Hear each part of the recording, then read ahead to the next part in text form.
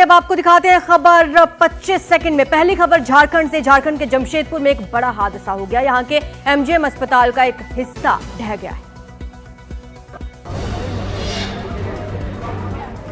बताया जा रहा है कि अस्पताल परिसर में मौजूद 3 मंजिल वाले मेडिसिन वार्ड की छत का एक हिस्सा शनिवार को अचानक गिर गया। इससे नीचे मरीज मलबे में दब गए। मलबे से 2 लोगों के शव निकाले गए हैं।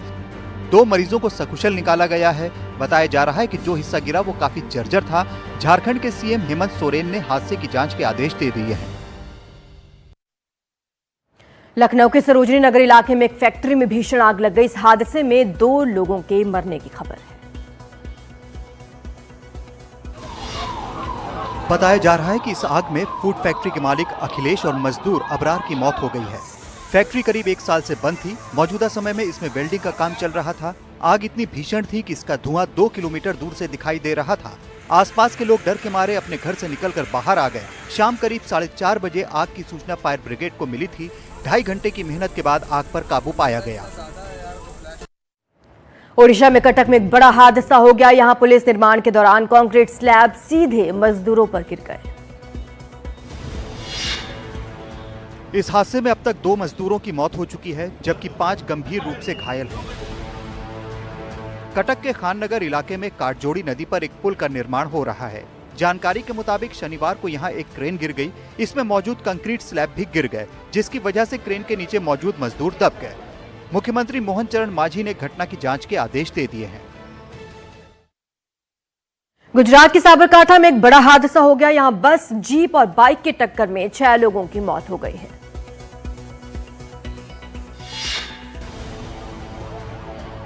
जानकारी के मुताबिक साबरकांठा जिले के हिंगटिया गांव के पास जीप और बस में आमने सामने की टक्कर हो गई। इसके बाद एक मोटरसाइकिल आकर जीप से टकरा गई। 4 लोगों की घटनास्थल पर ही मौत हो गई और 2 की इलाज के दौरान 8 लोग घायल हो गए। भिड़ंत के बाद जीप बुरी तरह क्षतिग्रस्त हो गई। मृतकों में से ज्यादातर लोग जीप में सवार थे, ये बताया जा रहा है। गोवा के शिरगांव में लराई देवी की यात्रा के दौरान शनिवार को बड़ा हादसा हो गया। इसे देखते हुए गोवा सरकार ने 5 अधिकारियों के तबादले कर दिए हैं। सैकड़ों लोग इस यात्रा में शामिल होने हर साल पहुंचते हैं, लेकिन इस बार ये दर्दनाक हादसा हो गया। 7 लोगों की अब तक मौत हो चुकी है। करीब 50 लोग घायल हैं। घटना के बाद सीएम प्रमोद सावंत घायलों से मिलने अस्पताल पहुंचे और हर संभव मदद का भरोसा दिलाया। इस हादसे में लापरवाही की बात भी कही जा रही है। फिलहाल गोवा सरकार ने तत्काल प्रभाव से 5 वरिष्ठ अधिकारियों का तबादला कर दिया है। इधर दिल्ली पुलिस ने अवैध इमिग्रेशन का भंडाफोड़ किया है। 47 बांग्लादेशी नागरिक हिरासत में लिए गए हैं और 5 एजेंट्स भी। दिल्ली पुलिस की दक्षिण पूर्वी जिले की एंटी नारकोटिक्स टीम ने 47 अवैध अप्रवासी बांग्लादेशियों का पता लगाया है। उनके खिलाफ कानूनी कार्रवाई की गई है। उनको लाने वाले, उन्हें यहां बसाने वाले 5 भारतीय एजेंट भी गिरफ्तार किए गए हैं। भारत में घुसने और दिल्ली पहुंचने के लिए इन लोगों ने गुवाहाटी के रास्ते मेघालय की सीमा और हावड़ा के रास्ते पश्चिम बंगाल की सीमा का इस्तेमाल किया। यूपी की झांसी में डीजे को लेकर बवाल मच गया। शादी के समारोह में जंग शुरू हो गई।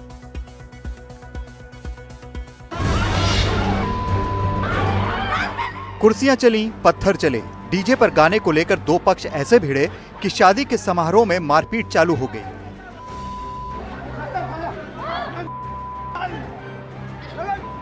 घटना यूपी में झांसी के बरुआ सागर की है। मारपीट का वीडियो सोशल मीडिया पर वायरल हो चुका है। वायरल वीडियो के आधार पर पुलिस ने कार्रवाई शुरू कर दी है। हरियाणा के कुरुक्षेत्र में एक चोर बुजुर्ग महिला के कान से बालियां छीनकर फरार हो गया। पूरी घटना सीसीटीवी में कैद। इस चोर ने अचानक झपट्टा मारा और बुजुर्ग महिला के कान से बालियां तोड़कर फरार हो गया। घटना कुरुक्षेत्र की सिद्धार्थ कॉलोनी की है। घर के बाहर कुर्सी डालकर महिला बैठी थी। तभी गली में बाइक पर 2 युवक आए। एक ने हेलमेट डाला था, दूसरे ने मास्क पहना था। मास्क वाला युवक महिला के पास आया और एसी रिपेयर करने वाले की दुकान का पता पूछने लगा और अचानक झपट्टा मारकर भाग निकला। गोरखपुर में एक पिता ने अपने बेटे और बहू को गोली मार दी। बताया जा रहा है कि आरोपी होमगार्ड था और उसको नशे की लत थी। बेटे का कसूर इतना था कि वो अपने पिता को दारू पीकर घर में झगड़ा करने से रोक रहा था। पिता ने अपनी लाइसेंसी बंदूक से बेटे और बहू को गोली मार दी। दोनों गंभीर हालत में अस्पताल में भर्ती हैं। घटना गोरखपुर जिले के चौतीसा गांव की है। आरोपी हरि यादव होमगार्ड से रिटायर्ड है। आरोपी को उसके घर से लाइसेंसी बंदूक के साथ हिरासत में ले लिया गया है। उत्तराखंड के नैनीताल में नाबालिग से दुष्कर्म का मामला तूल पकड़ता जा रहा है। इसके बाद यहां पुलिस से झड़प और तोड़फोड़ हुई है। पुलिस अब ऐसे लोगों पर कार्रवाई कर रही है। नैनीताल में 30 अप्रैल को नाबालिग के साथ दुष्कर्म के बाद तनाव फैल गया। काफी बवाल भी मचा। पुलिस ने 30 अप्रैल की रात कोतवाली में पुलिसकर्मी के साथ अभद्रता, धक्का मुक्की समेत क्षेत्र में तोड़फोड़ करने वाले उपद्रवियों के खिलाफ मुकदमा दर्ज कर लिया है। पुलिस सभी वीडियो फुटेज को खंगाल कर लोगों की पहचान कर रही है। ऐसे लोगों का चिन्हीकरण का हम लोग कार्य कर रहे हैं। ऐसे लोगों के खिलाफ पुलिस सख्त से सख्त कार्रवाई अमल में लाएगी। मणिपुर में जातीय हिंसा के 2 साल पूरे हो गए हैं। ऐसे में सैकुल इलाके में गन सैल्यूट करने पर एफआईआर दर्ज की गई।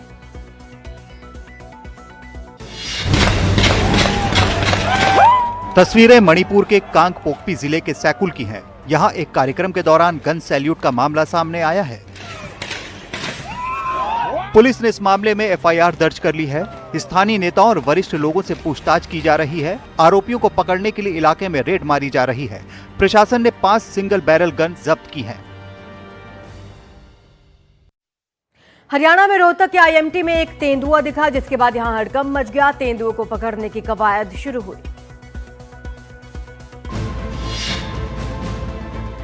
रोहतक के आईएमटी यानी इंडस्ट्रियल मॉडल टाउनशिप में 2 दिन पहले ये तेंदुआ घूमता दिखा। सीसीटीवी में इसकी तस्वीरें कैद हो गई। आप देख सकते हैं कि ये कैसे आराम से घूम रहा है। खबर मिलते ही पुलिस और वन विभाग की टीम ने तेंदुए की तलाश शुरू कर दी।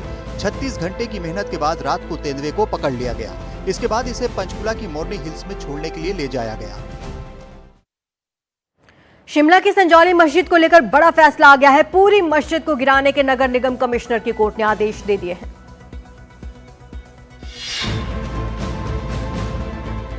शिमला की संजौली मस्जिद को लेकर पिछले दिनों खासा बवाल मचा था। इसके अवैध निर्माण की बात थी। नगर निगम शिमला की अदालत ने अपना अंतिम निर्णय देते हुए पूरी मस्जिद को तोड़ने के आदेश दे दिए हैं। 5 मंजिला इस मस्जिद की ऊपरी 3 मंजिलें गिराने के आदेश पहले ही आ गए थे। अब नीचे की 2 मंजिल तोड़ने के आदेश भी दे दिए गए हैं। बताया जा रहा है कि मुस्लिम पक्ष इस फैसले को कोर्ट में चुनौती दे सकता है। मुंबई में एक मस्जिद में महिलाओं के नमाज पढ़ने पर पाबंदी लगा दी गई है। हालांकि यहां पहले से ही महिलाओं के लिए नमाज पढ़ने की जगह नहीं है।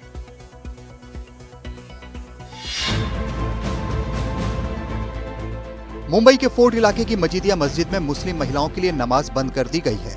मस्जिद ट्रस्ट ने मस्जिद के बाहर एक नोटिस लगाकर ये लिख दिया है कि अब यहाँ महिलाओं की नमाज हमेशा के लिए बंद हो चुकी है। हालांकि पहले इस मस्जिद में महिलाओं के लिए एक रूम बनाया गया था, जहां महिलाएं नमाज अदा करती थीं। मस्जिद ट्रस्ट ने यह फैसला क्यों लिया, ये अब तक साफ नहीं किया गया है। पहलगाम हमले के बाद भारत का एक्शन जारी। राजस्थान में बीएसएफ के जवानों ने एक पाकिस्तानी रेंजर को पकड़ा है। बताया जा रहा है कि पाकिस्तानी रेंजर को बीएसएफ की राजस्थान फ्रंटियर ने हिरासत में लिया है। यह भी बताया जा रहा है कि वो श्रीगंगानगर के पास भारतीय क्षेत्र में घुसपैठ करने की कोशिश कर रहा था। इस घटना के बाद बीएसएफ ने सीमा पर निगरानी और तेज कर दी है। पहलगाम आतंकी हमले को लेकर भारतीय सुरक्षा बल अलर्ट पर हैं और लगातार सर्च ऑपरेशन जारी हैं। पाकिस्तान ने एक बार फिर से भारत को गीदड़ भभकी देने की कोशिश की है। वहां के रक्षा मंत्री ख्वाजा आसिफ ने कहा कि अगर भारत में सिंधु नदी पर कोई निर्माण किया तो पाकिस्तान उसे निशाना बनाएगा।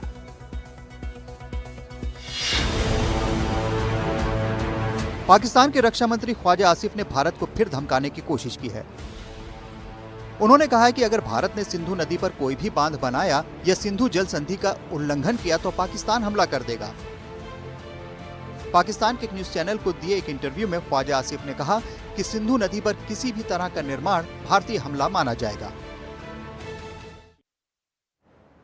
पहलगाम आतंकी हमले की जांच जारी। एनआईए बैसरन घाटी में हुए हमले की आतंकियों को लेकर हर कड़ी जोड़ने की कोशिश में जुटी। खबरों के मुताबिक बैसरन घाटी में हुए आतंकी हमले की जांच का दायरा बॉर्डर इलाकों तक बढ़ाया गया है। कुछ जगहों को पॉइंट आउट किया गया है जहां से पाकिस्तान की तरफ से घुसपैठ होने की आशंका है। एनआईए जांच के दायरे में टेक्निकल, फॉरेंसिक और साइंटिफिक जांच भी शामिल है। जांच के अलावा आतंकियों के मददगारों पर भी नकेल कसी जा रही है। साथ ही कश्मीर में सक्रिय पाकिस्तानी आतंकियों को भी तलाशा जा रहा है। भारत से मिली एक सूचना के बाद शनिवार को श्रीलंका के कोलंबो एयरपोर्ट पर व्यापक तलाशी अभियान चलाया गया। आशंका ये जताई गई थी कि पहलगाम आतंकी हमले में शामिल 6 संदिग्ध चेन्नई से उड़ान भरकर श्रीलंका पहुंचे हैं। इसके मुताबिक श्रीलंकाई एयरलाइंस की उड़ान UL-122 शनिवार दोपहर 11:59 पर भंडारनायके अंतर्राष्ट्रीय एयरपोर्ट पहुंची। एयरपोर्ट पर फ्लाइट की गहन सुरक्षा तलाशी ली गई। भारत से मिली सूचना के बाद ऐसा किया गया। श्रीलंकन एयरलाइंस ने कहा है कि यात्रियों की सुरक्षा सबसे ऊपर है। पहलगाम में आतंकी हमले के बाद से ही सुरक्षा एजेंसियां बेहद सतर्क हैं। भारत और पाकिस्तान के बीच तनाव में पाकिस्तान ने बड़ा दावा किया। कहा कि हमने बैलिस्टिक मिसाइल का सफल परीक्षण किया है।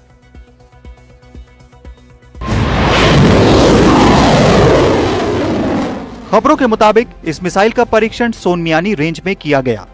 मिसाइल की रेंज 450 किलोमीटर तक बताई जा रही है। यह मिसाइल सतह से सतह पर मार करती है। मीडिया रिपोर्ट्स के मुताबिक इस मिसाइल का परीक्षण पाकिस्तान ने मिलिट्री ड्रिल के तहत किया गया है।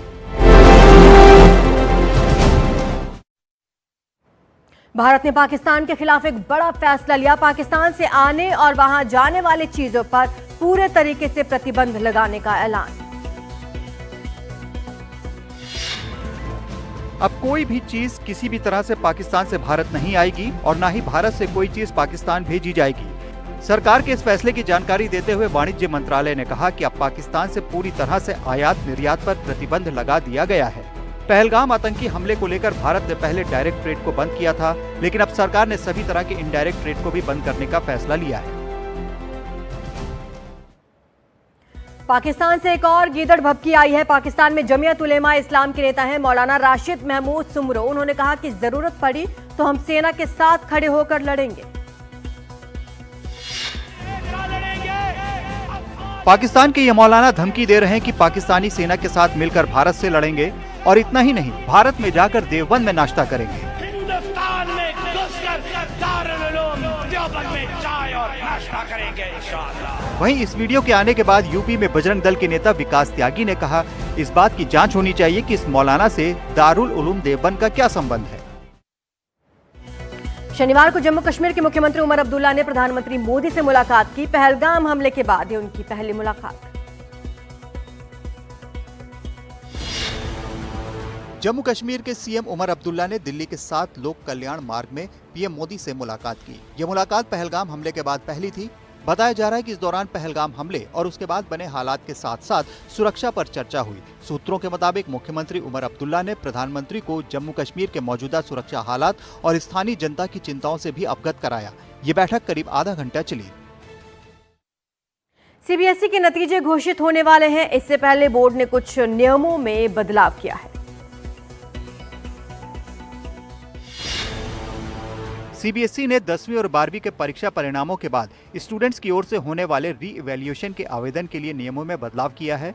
नए नियमों के मुताबिक पहले छात्रों को आंसर शीट दी जाएगी। छात्र उस कॉपी को देखने के बाद रीचेकिंग के लिए आवेदन कर सकेंगे।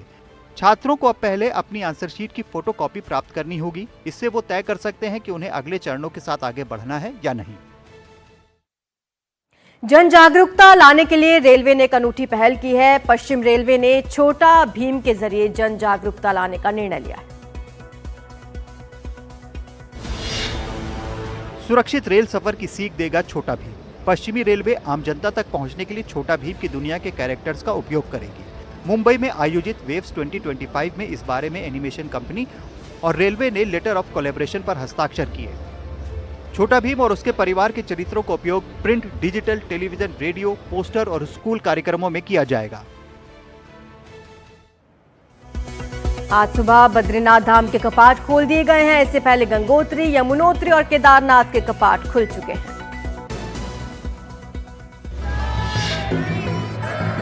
सुबह करीब 6:15 बजे बद्रीनाथ धाम के कपाट खोल दिए गए। इसी के साथ चारधाम यात्रा का विधिवत शुभारंभ हो गया। बद्रीनाथ धाम में श्रद्धालुओं की भीड़ है। मंदिर को कई क्विंटल फूलों से सजाया गया है। बद्रीनाथ धाम के कपाट खोले जाने के दौरान सुरक्षा के भी चाक चौबंद इंतजाम किए गए।